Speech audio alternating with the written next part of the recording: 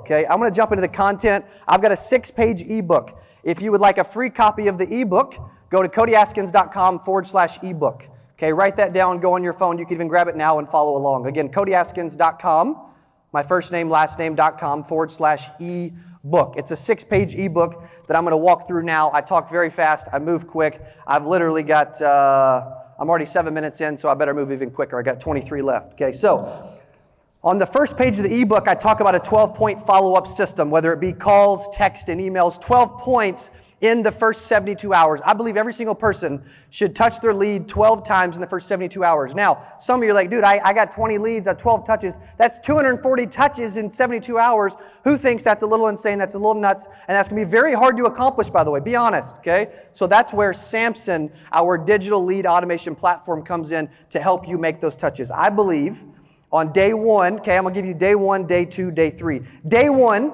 you should make 3 calls, 1 text, 1 email. I'm also going to tell you what those should say, by the way, too. Day 2, 2 calls, 1 text, 1 email. Day 3, 1 call, 1 text, 1 email.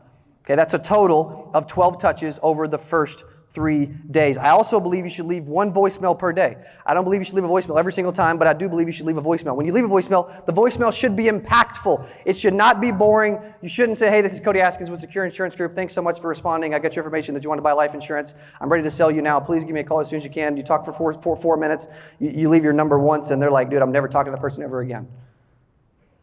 So we don't do that.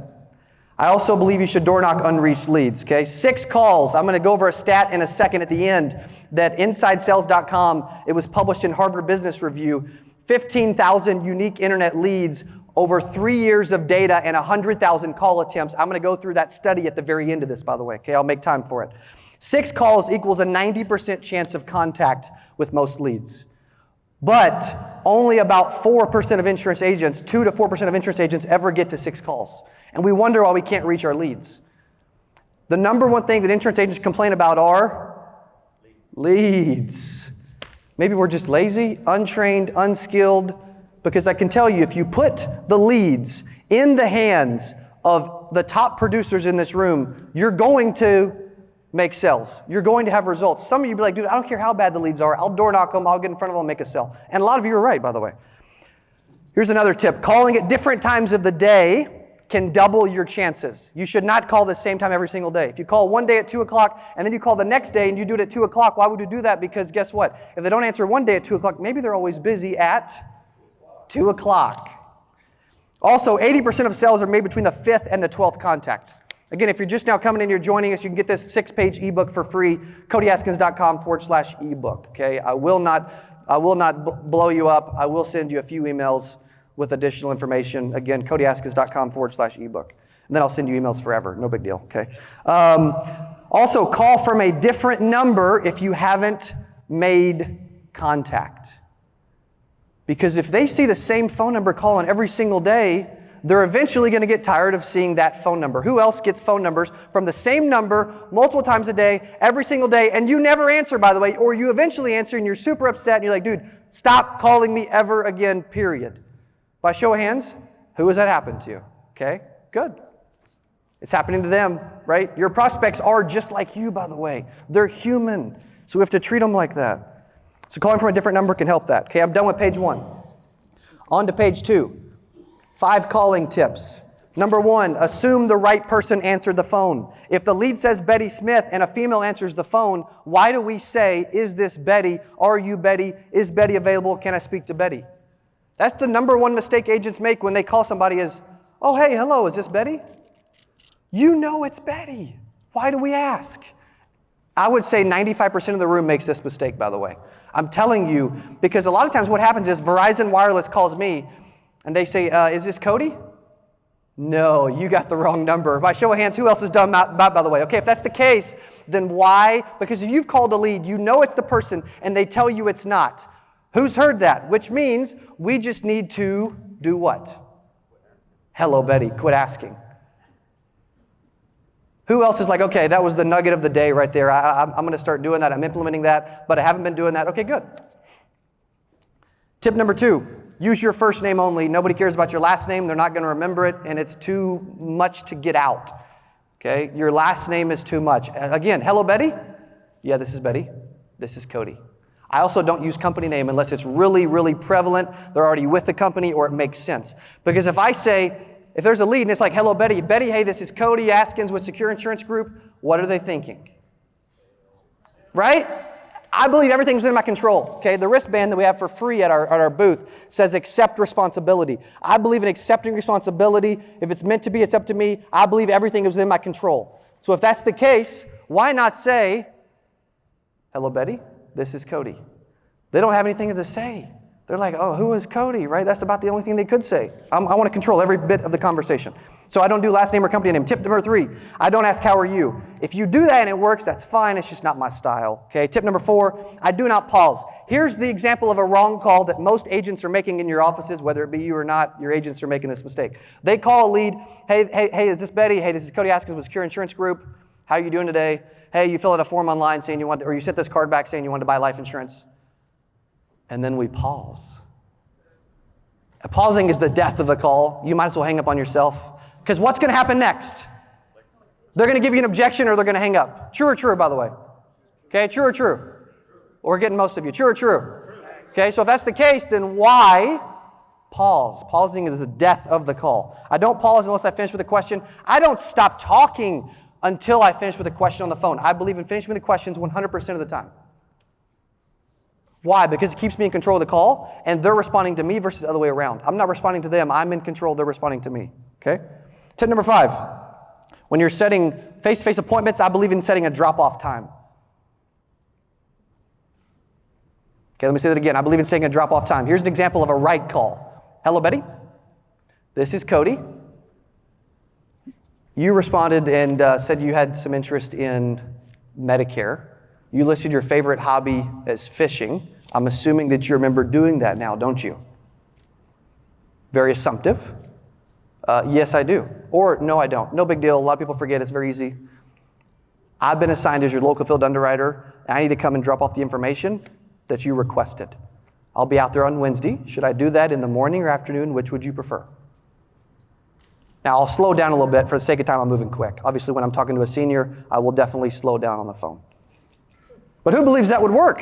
Okay, or who's already doing something similar? Okay, great. Page 3, again, CodyAskins.com/ebook to grab this free 6-page ebook. We do charge for a lot of stuff. This and our YouTube videos, we do not. Okay. Calling rules. I'm going to repeat some of these. Skip the how are you or saying last name or company name. Take control. Don't pause during your first paragraph. Only ad lib if they seem like they want you to. Also, number 3, always, always, always agree. Ignore and don't listen to any objections, like I'm not interested, I don't have time, I have no money, I already have coverage. They don't actually mean any of this. 95% of the time, the first objection you get on a call is made up. And here's a way to know that the objection is 100% made up, is if they give you 2 objections in a row. I'm busy and I already have insurance. False and false, for sure. They give you 2 objections, they're really trying to sell you on their objection. When they give you 2, it is not true. Also, when I'm in control of the call, my whole purpose is to avoid objections early in the call. And when I hear them, like, for example, throw out an objection for me. Let's hear it. Not interested. Okay, not interested. Excellent, I understand. Since you responded, I have to deliver the information to you. It's up to you with what you do with it. But I'm going to be out there Wednesday, so I'm going to drop it off either way. Should I do that in the morning or afternoon? Which is better for you? Okay, call me tomorrow. Okay, excellent. I'll actually be in your area tomorrow. I'll just drop everything off. Or what would you say? Are you going to be home in the morning or afternoon when you wanted me to call you tomorrow? Like I have these 3 A's that I follow for objections. It's called agree, answer, and ask. I always agree. Now, does it mean if they say that, hey, I love this president of the United States, but you don't, then I'm not going to say, hey, I love them too. I'm going to say, dude, I understand. I'm with you, right? Agreeing doesn't mean that you totally agree with everything that comes out of their mouth. It just means I'm with you, I understand, I can sympathize with what they're saying, but me being combative, because what happens is a prospect will say, I'm not interested. An agent will say, well, what do you mean you're not interested? You don't have enough information to be interested yet. That's combative, it's negative, it's disagreeable, it doesn't work. Okay, that's an old school sales tactic, so I always, always, always agree, right? I'm not sure if I'm going to do this Medicare thing. I get it. I wouldn't be sure either with all the information out there. It's my job to drop off the information, educate you, and allow you to make an informed decision. It's up to you with what you do with it. So when do you want the information? Nothing wrong with that, right? Also, there's a script in here. I'm going to skip it because of, for sake of time. Page 4, again, CodyAskins.com/ebook, free ebook, 6 pages. Who is like, okay, by show of hands, I'm definitely downloading the ebook for free, okay? Because it'd be kind of weird if you didn't, wouldn't it? Okay, good. Voicemail, email, text, and door knock pitch. So voicemail, I love a few different voicemails. One, good news. I don't like leaving a long voicemail. I like to keep it short. Hey, Betty, this is Cody. I have great news. Actually, really good news. Give me a call back as soon as you can, and then list my number twice. Or, quick question. Hey, Betty, got your request. I had one really quick question for you. Just one question. Call me back as soon as you can. Leave the phone number twice. Like, I keep it very, very simple from a voicemail standpoint. Also, what's the point of leaving a voicemail? Get a call back. Get a call back. That's it. It ain't to make a sale. It ain't, set an appointment. It's literally just to get them to call back. Most people's voicemails should not be left. I do the same thing with voicemails, emails, text, or door knocking, okay? Voicemail, email, text, good news, quick question, or if I've called like 5 times and I haven't got a call back, right? I may get to the end and hey, Betty, it's Cody, calling you again. Don't worry. We're gonna stop by your house. And if we don't hear from you, we're just going to make sure to get you the information anyway, okay? So if you wouldn't like for us to do that, please let us know. Here's our number, right? Why leave a voicemail? The point's to get a call back, okay? Also, we have some live calling examples. I was calling some leads live from Jamaica in a tiki hut, so there's a link to some videos of that. Who's seen some of our videos online where I'm cold calling or cold calling, literally actually cold, not leads, calling leads, watch it. Okay, example. Okay, good. And who's used some of those things that they've seen online in some of those videos? Okay, great. Also, what I've learned, because I go to a lot of events, a lot of conferences, okay, if you struggle with this, you have 0 chance of succeeding in insurance, okay? I'm just going to throw that out there. And why am I saying that? Because I'm telling you, when I'm watching a speaker and engaged and taking notes, dude, if it pertains to me, I'm raising my hand, right? Okay, good. Also, just because I said it pays to sit close, I would like for you to take half of this and give her the other half, okay? Thank you. Okay, give them a hand for getting up, sitting close, listening, okay? I can't help but give away money, okay? I got to have fun when I'm talking. I'll fall asleep myself. I don't want you to fall asleep. I don't want me to fall asleep, and I want us to have some fun, okay? How much time do I got? Probably, I'm at 10 minutes max, probably 7, 8 minutes. Okay, good. I'm going to go through, again, this is a study that you will want to grab. I'm going to go through this as fast as I can. This was a study that InsideSales.com did. It was published in the Harvard Business Review. They called 15,000 unique internet leads and made over 100,000 call attempts over 3 years. And they have all of the data in this, crazy amounts of information. It's really useful and vital. Because if they've got over 100,000 call attempts, and they say you should never call at this day and time, but you're doing that, you may want to get this. Again, CodyAskins.com/ebook, okay? What it says is the best days to make contact, and I'm not going to go through it all, but statistically are Wednesday and Thursday. That surprised me. There's a 49% difference when it becomes Tuesday versus Thursday. Also, the best times to make contact, okay? The second best time to make a call is between 8 and 9 in the morning. The best, which kind of surprised me, but the best time to make a call is between 4 and 6 p.m. That did not surprise me. Okay, best time to call leads between 4 and 6 o'clock. That did not surprise me. That's my favorite time to call leads. If I had preferred calling times, by the way, if you're calling leads, it's evening, Saturday morning, Sunday late afternoon or evening. Okay, I believe Sundays, late afternoon, early evening are the best times to call leads. That's the best time to call leads, period. Most don't utilize it, but if you have leads and you paid money for them, you got to get in front of them. Okay, so that's the second piece. Third piece talks about response. Actually, let me go back to number 2 when it comes to best times to make contact. You have a 164% difference. 164% difference for qualifying a lead in early afternoon versus late afternoon. Late afternoon, you have a 164% higher chance of qualifying a lead. Based on that, none of us will probably ever call leads early afternoon ever again, which is good. Number 3, response time. Contacts made from first dials. You have a 400% decrease in the odds of qualifying a lead between 5 and 10 minutes. If you call within the first 5 minutes, you have a 400% chance, 400% higher chance versus waiting to 10 minutes. Speed to lead is super important, especially with digital, right? Google, etc., website leads, content. Speed to lead is crazy, crazy, crazy valuable.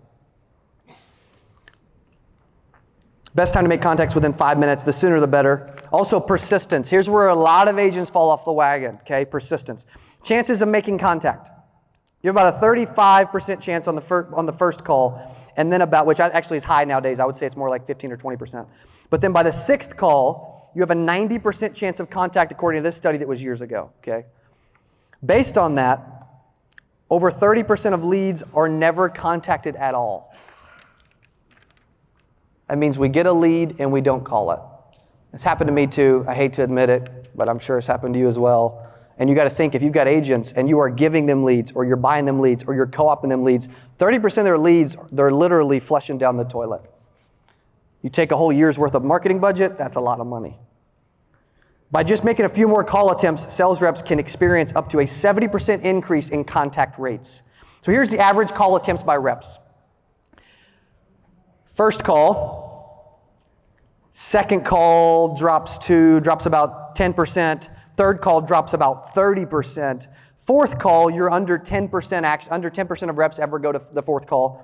Fifth call, 5%. Sixth call, again, only 2 to 4% of reps ever make it to the 6th call, but the 6th call has a 90% chance of contact, which means we need to get to the 6th call when we're working digital leads. I remember years ago, I had a manager reach out to me, and this is one of the big reasons why I do what I do today. Okay, thank you, sir. 5 minutes. Yeah, thank you. I didn't even notice that, so thank you. I remember years ago, I had a manager reach out to me because I was having some success as an early agent, and they said, hey, we've got 2 agents up in northern Missouri. Their name's Greg and Hunter. They're really struggling. They're not making any sales. And I would like for you to come up and help them. Okay, it was like 4 or 5 hours away. I was selling myself, and I'm like, well, I don't know how I would help them other than I can physically come up and go door knocking with them.